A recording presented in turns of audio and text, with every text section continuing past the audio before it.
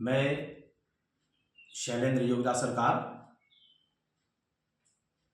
काशी में भगवान आदि विश्वेश्वर का जो मूल मंदिर है ज्ञानवापी मंदिर में, उसका जो सर्वेक्षण के दौरान शिवलिंग प्रकट हुआ था, उसमें मैंने काशी में के न्यायालय में एक मुकदमा किया हुआ है जिसका मैं वादी हूँ। आज शिवरात्रि आ गई है, अत्यंत पीड़ा हो रही है, बड़ी तकलीफ हो रही है। कष्ट का विषय है कि हमारे मूल आदि विश्वेश्वर जिनकी पूजा अर्चना, राग भोग और महाशिवरात्रि के पर्व पर जलाभिषेक नहीं हो पा रहा है, ये हम सनातनी हिंदुओं के लिए बहुत ही पीड़ा का विषय है।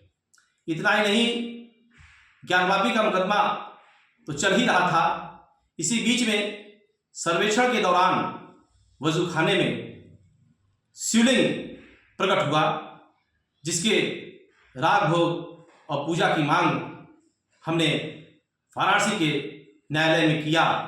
हमारा मुकदमा बढ़िया ढंग से चल रहा था। हमारा मुकदमा हियरिंग में था, फाइनल हियरिंग में था और उस मुकदमे में फैसला करीब आ चुका था।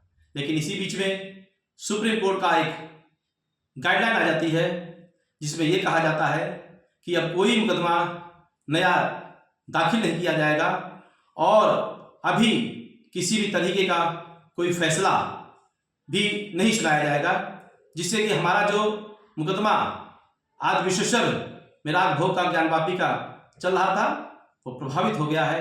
मुझे बड़ी पीड़ा है और अत्यंत ही कष्ट हो रहा है कि हम सनातनी अपने मूल आदि विश्वेश्वर भगवान भोलेनाथ का इस महाशिवरात्रि के पर्व पर रुद्राभिषेक जलाभिषेक नहीं कर पाए हैं।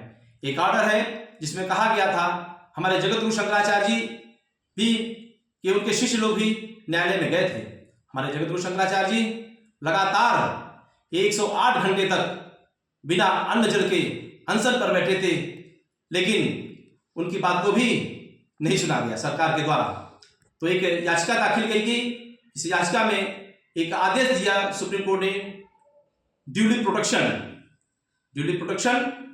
का तात्पर्य जो हम लोग समझ पाते हैं विधि विशेषज्ञों से जो पता चला है कि उसकी सुरक्षा। मैं ये कहना चाहता हूं कि अगर एक बच्चा 9 महीने का है और उसका प्रोटेक्शन Y+ श्रेणी की सुरक्षा के साथ कर दिया जाए, क्या बच्चा जीवित रहेगा? बच्चे का ड्यूली प्रोटेक्शन उसके दूध से होता है, उसके दूध से होगा तब वह सुरक्षित रहेगा, तब उसका संरक्षण होगा, तब वह जीवित रहेगा। और Y श्रेणी और Z+ श्रेणी की सुरक्षा कर देने से उस बच्चे की सुरक्षा नहीं हो पाएगी। इस तरीके से हमारी मूर्तियों में भी जो हमारे आधार हैं उनका भी प्रोटेक्शन पूजा से होता है, पाठ से होता है, जलाभिषेक से होता है, राग भोग से होता है। क्या मूर्ति के तरफ चारों तरफ सुरक्षा लगा देने से उस मूर्ति का की सुरक्षा होगी, ड्यूली प्रोटेक्शन होगा? उस मूर्ति का जो आहार है वह पूजा है, वह मूर्ति पूजा की पात्र है। उसको उसका प्रोटेक्शन, मूर्ति की शक्ति उसकी पूजा में निहित होती है। इसलिए हमारा न्यायालय से अनुरोध है कि ड्यूली प्रोटेक्शन को ठीक ढंग से समझे और इसकी आड़ में हम सनातनी हिंदुओं के साथ अन्याय न हो, इसलिए उस ड्यूली प्रोटेक्शन के आर्डर को ठीक ढंग से सिद्धांतिक रूप से उसकी व्याख्या करके हमारे आदि विश्वेश्वर का जो प्रोटेक्शन के आड़ में जो जलाभिषेक रुद्राभिषेक और उनका राग भोग नहीं हो पा रहा है, इस जो ड्यूली प्रोटेक्शन है इसको परिभाषित करके हमारे भगवान भोलेनाथ मूल आदि विश्वेश्वर की पूजा का अधिकार हम सनातनियों को दिया जाए, यही मेरा अपील है।